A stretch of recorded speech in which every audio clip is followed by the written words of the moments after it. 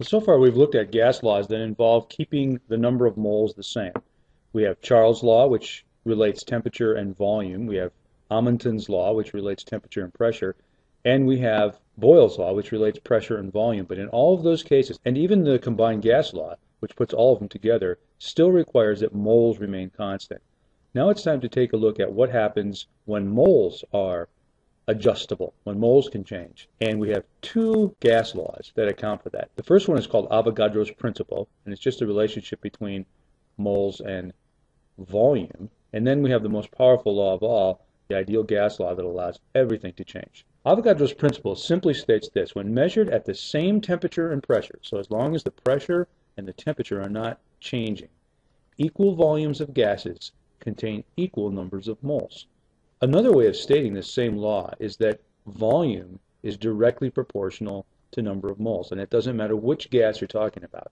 So if I could graph out N, number of moles, and V, volume, here's what I'd find. If I didn't have any moles, it wouldn't take up any space. Every increasing number of moles takes up an equal amount of space, no matter what gas it is. So helium, hydrogen, oxygen, CO2, wouldn't matter. Any gas is going to follow this rule. Equal volumes of gas contain equal numbers of moles. And it's directly proportional. All of us have a sort of a feel for this. I mean, if you blow more air into a balloon, the balloon gets bigger. But not everybody knows that it's linear, and in fact it is. The more moles you put in, there's an increase, a linear increase in the volume of the container, as long as temperature and pressure don't change. A concept that's related to this is something called standard molar volume. Standard molar volume says this: there is, for 1 mole, a set of temperature and pressure where we always are going to have 22.4 liters.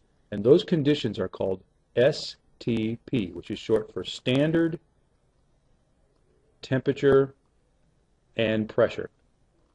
So what are standard temperature and pressure? Well, standard temp is 273 kelvins, which is 0 degrees C. Standard pressure is 1 atmosphere. So when the pressure is 1 atmosphere, when the temperature is 273 kelvins, 1 mole of any gas takes up 22.4 liters of space. Let's use this idea to solve a problem. It says here, how many moles of oxygen are contained in a bottle that has a volume of 2.35 liters at STP?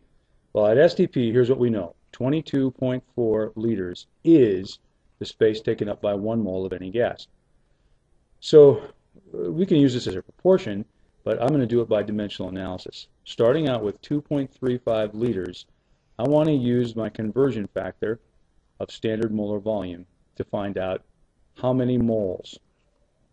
Well, I know that at STP, 22.4 liters is 1 mole. With liters canceling out here, I know that my answer is going to come out in moles. I do my arithmetic to 3 significant figures, I find that I have 0.105 moles. You try this one.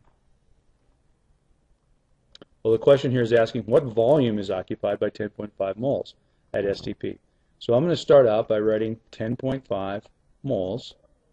My target unit is going to be liters. How many liters? What volume?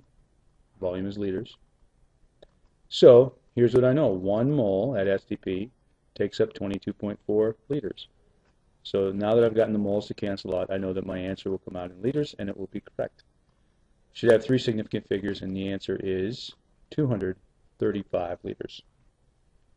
It would be nice to be able to have a law that allows us to have changes in pressure, volume, temperature, and number of moles. And we do. That's called the ideal gas law. Let's develop it from stuff that we already know. Here's how we know that volume is related to number of moles. Avogadro's principle tells us that volume is directly proportional to number of moles. So volume is equal to a constant times number of moles. We also know from Charles' law that volume is directly proportional to temperature. So volume is a constant number times temperature. These aren't the same constants. It's just meant to illustrate that they're directly proportional. From Boyle's law, we know that volume is inversely proportional to pressure. So this is the relationship between volume and the other 3 quantities. If we wanted one expression that put all of this together, well, we could do it. Volume is directly proportional to both number of moles and temperature, but it's inversely proportional to pressure. So here's a relationship that ties all of the four laws that we've learned before together. Volume is K times number of moles times T divided by P. Now that's not usually how it's written. It's usually written this way. We multiply both sides by P, you come up with this. Pressure times volume is equal to a constant number times N times T. And this constant number has a special name. It turns out to be, even outside of gases, an extremely important number. It's one of those numbers like pi or E in math that just keeps showing up in bizarre places. Apparently a very, very important number in the way nature works. So K, that constant, we're going to replace that with the number R. And usually it's written this way. Pressure times volume is number of moles times R times T. This is an extremely important law. Everybody who's ever taken a chemistry or physics class knows this law. Really important. It's called the ideal gas law. Pressure times volume is number of moles times a constant times temperature.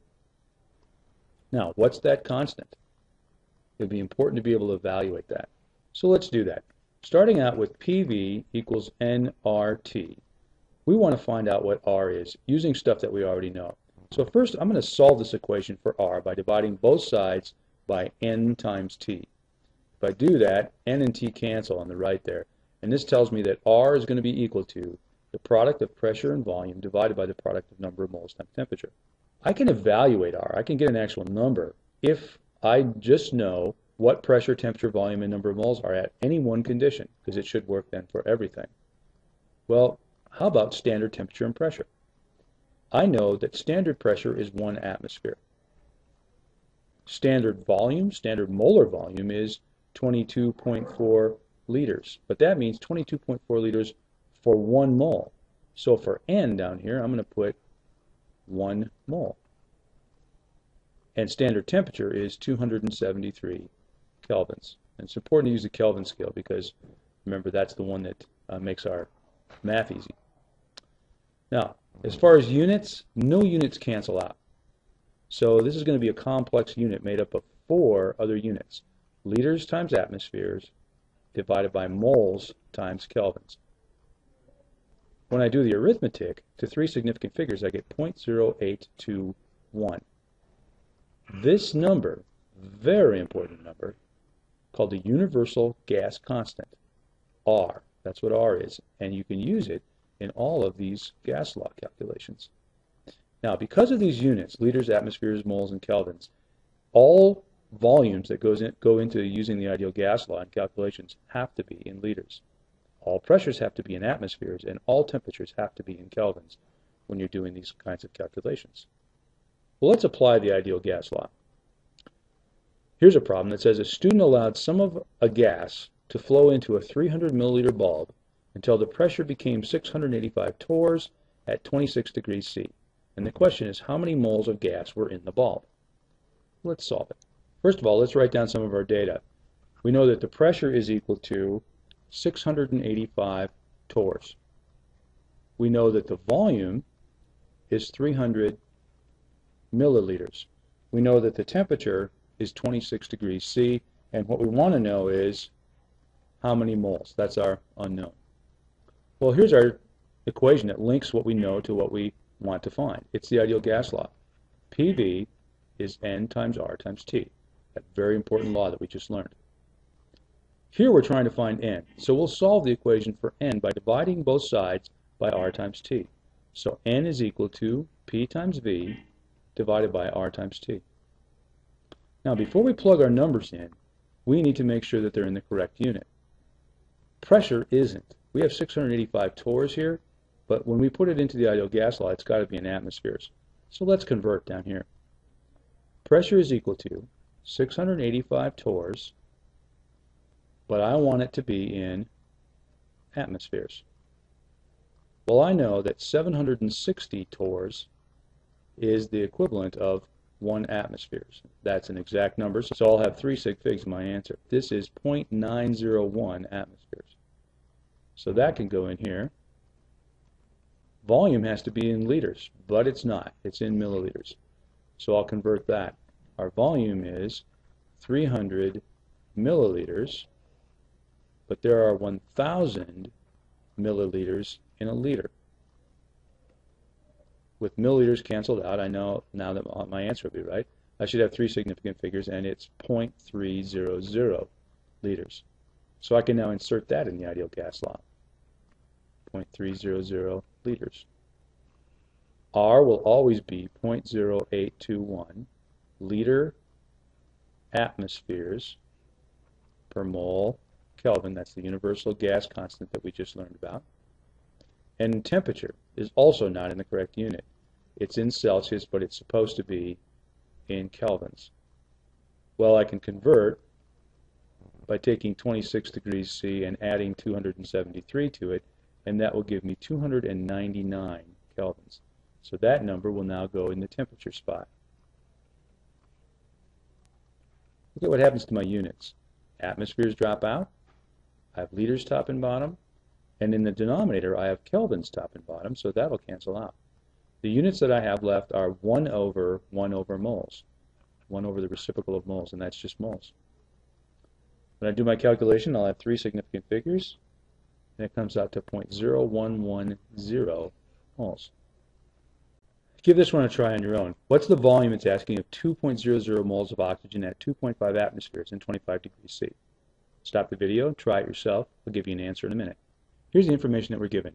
It says the number of moles is 2.00. That's N. It tells us that we have 2.5 atmospheres. That's a pressure. 2.5 atmospheres. And our temperature is 25 degrees C. And what we're supposed to find is volume. What is the volume? Well, our solution here is we're going to have to use the ideal gas law. PV equals N times R times T. Here we're trying to solve for volume, so we'll do that by dividing both sides by P. And that gives us this equation. Volume is equal to nRT divided by P. Well, we can already put our number of moles in here. That's in the correct units, 2.00 moles. R is always 0.0821 liter atmospheres per mole Kelvin. Our temperature is 25 degrees C, so we'll have to convert that. You change into kelvins by adding 273, and it gives us 298 kelvins. So for temperature, we'll put 298 kelvins. Now we need pressure. Our pressure is given in atmospheres, which is the unit that we need. So I'll put 2.5 atmospheres down here. I'll just double check my units. Moles drop out. Atmospheres drop out. Kelvins cancel.